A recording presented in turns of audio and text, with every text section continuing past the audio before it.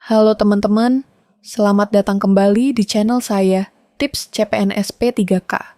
Kali ini, sesuai dengan judulnya, saya akan membahas panduan lengkap pengisian daftar riwayat hidup, DRH, untuk pemberkasan CPNS. Pastikan teman-teman menonton video ini sampai habis. Dan jangan lupa untuk subscribe serta share video ini jika dirasa bermanfaat. Panduan ini saya ambil dari BKN versi tahun 2023. Meskipun ini bukan versi terbaru, panduan ini insya Allah masih relevan untuk seleksi tahun 2024, karena biasanya tidak ada perbedaan signifikan. Pertama, login ke akun SSC ASN. Setelah login, teman-teman akan disuguhkan opsi untuk melanjutkan pengisian DRH atau mengundurkan diri.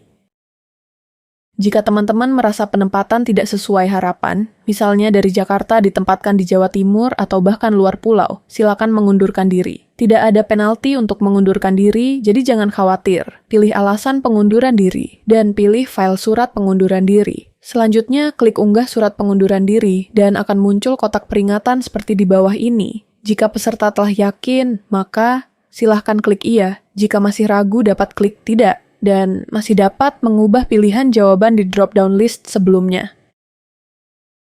Jika telah muncul pemberitahuan seperti di bawah ini, maka peserta telah dinyatakan mengundurkan diri dan tidak dapat melakukan perubahan kembali. Langkah pertama adalah pengisian data perorangan yang berisikan biodata calon ASN. Kolom yang ditandai bintang merah adalah wajib diisi.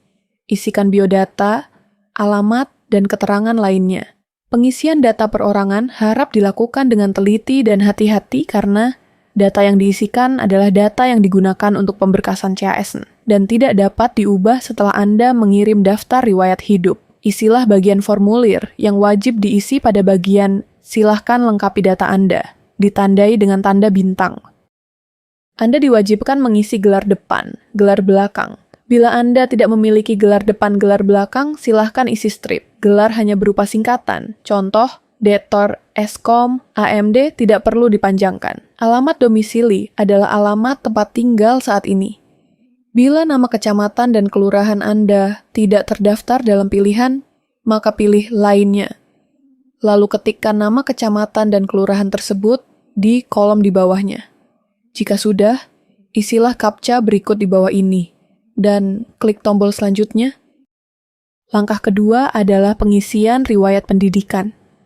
Pada kolom ini, peserta dapat mengisikan riwayat pendidikan dan riwayat kursus. Pendidikan yang digunakan saat melamar formasi jabatan telah otomatis muncul, tetapi dapat diubah untuk dilengkapi kolom-kolom yang masih kosong. Apabila ingin mengubah data riwayat pendidikan, klik tombol ubah. Pada riwayat pendidikan yang ingin dihapus, kemudian silahkan ubah data. Setelah itu, klik tombol simpan untuk menyimpan perubahan data yang telah dilakukan. Tambahkan pula pendidikan peserta sejak sekolah dasar, SLTP dan SMA, dengan mengklik tombol tambah pendidikan. Silakan isi nama sekolah. Untuk akreditasi, jika kalian tidak tahu, tulis strip saja. Tempat Anda sekolah, nomor ijazah, silakan diisi. Silakan cek ijazah masing-masing, jangan sampai salah. Tanggal ijazah biasanya ada di bawah, dekat tanda tangan, silakan diisi. Dan yang terakhir, nama pejabat penanda tangan ijazah. Biasanya kepala sekolah atau rektor. Silakan kalian isi semua data tersebut. Berikut ini adalah ketentuan pengisian data riwayat pendidikan, yaitu isilah riwayat pendidikan dengan riwayat pendidikan formal, mulai dari SD. Untuk tingkat pendidikan SD, SMP, SMA masukkan jurusan sekolah dasar, SLTP, SMP, SLTA, SMA sesuai nomenklatur jenis sekolah di ijazah. Untuk tingkat pendidikan SMK, masukkan nama jurusan SMK. Untuk tingkat pendidikan perguruan tinggi, masukkan nama prodi, jurusan yang sesuai dengan ijazah. Selanjutnya adalah pengisian riwayat kursus. Jika peserta pernah mengikuti kursus, silahkan klik tombol tambah kursus. Isikan data-data yang wajib, yaitu yang dibintangi merah. Untuk pengisian data tempat, silahkan diisi dengan nama kota atau negara tempat pelaksanaan kursus. Langkah ketiga adalah pengisian riwayat pekerjaan. Di halaman ini, peserta diwajibkan mengisi riwayat pekerjaan jika ada, penghargaan jika ada, dan prestasi jika ada. Klik tombol tambah riwayat pekerjaan untuk menambahkan seluruh riwayat pekerjaan yang dimiliki oleh peserta jika ada, sebelum lulus menjadi calon aparatur sipil negara.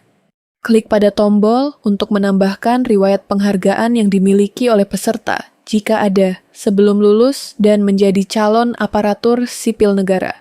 Jenis penghargaan sudah disediakan pada kolom yang tersedia, peserta tinggal memilih jenis penghargaan yang telah tersedia.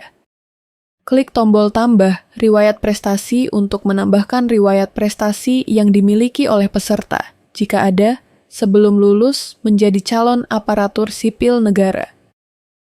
Langkah keempat adalah pengisian riwayat keluarga.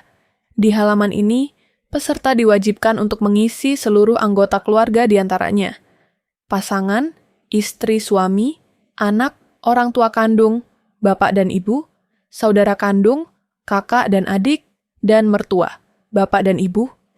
Klik tombol tambah riwayat suami istri untuk menambahkan data pasangan pada riwayat istri suami.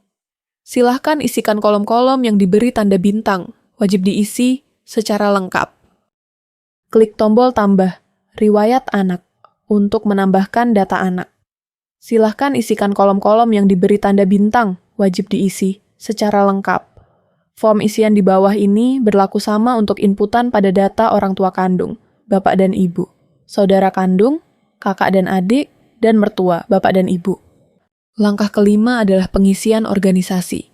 Di halaman ini, peserta diwajibkan mengisi riwayat organisasi jika ada, dan mengisikan data lain-lain yang dibutuhkan dalam proses pemberkasan calon aparatur sipil negara, sesuai dengan petunjuk pengisian data keterangan lainnya yang ada pada box berwarna kuning. Lalu kalian isi nomor SKCK. Untuk no SKCK ini contohnya, kalian bisa lihat di SKCK kalian masing-masing di bagian atas. Kalian isi tanggal surat pembuatan SKCK dan nama pejabat yang menandatangani SKCK kalian. Lalu di bagian surat keterangan sehat jasmani dan rohani kalian, isi nomornya juga, tanggal suratnya, dan nama dokter yang menandatangani. Untuk nama dokter harus dibuat tanpa gelar dan tanpa jabatan, seperti contoh ini. Begitu juga untuk surat bebas narkoba. Untuk surat keterangan lain kalian kosongkan saja. Lalu kalian isi CAPTCHA dan klik selanjutnya. Langkah terakhir adalah unggah dokumen. Di halaman ini, peserta diwajibkan melakukan 2 kali klik cetak DRH yang telah diisi dengan klik tombol cetak DRH perorangan dan cetak DRH riwayat.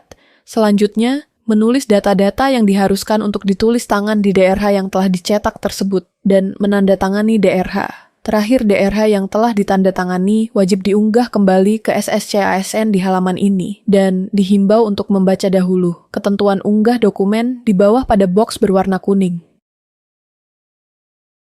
Berikut merupakan contoh cetakan DRH perorangan. Yang ditandai bintang adalah kolom yang harus ditulis tangan oleh peserta setelah DRH dicetak, diisi dengan huruf kapital, balok, dan menggunakan tinta hitam. Peserta masih dapat melakukan perubahan pengisian data sebelum klik tombol akhiri proses pengisian DRH. Tombol akhiri proses pengisian DRH baru dapat diklik jika seluruh unggahan dokumen persyaratan telah lengkap diunggah. Demikian panduan lengkap pengisian DRH untuk pemberkasan CPNS. Semoga informasi ini bermanfaat. Jangan lupa like, share, subscribe, dan bagikan kepada teman-teman lain yang membutuhkan.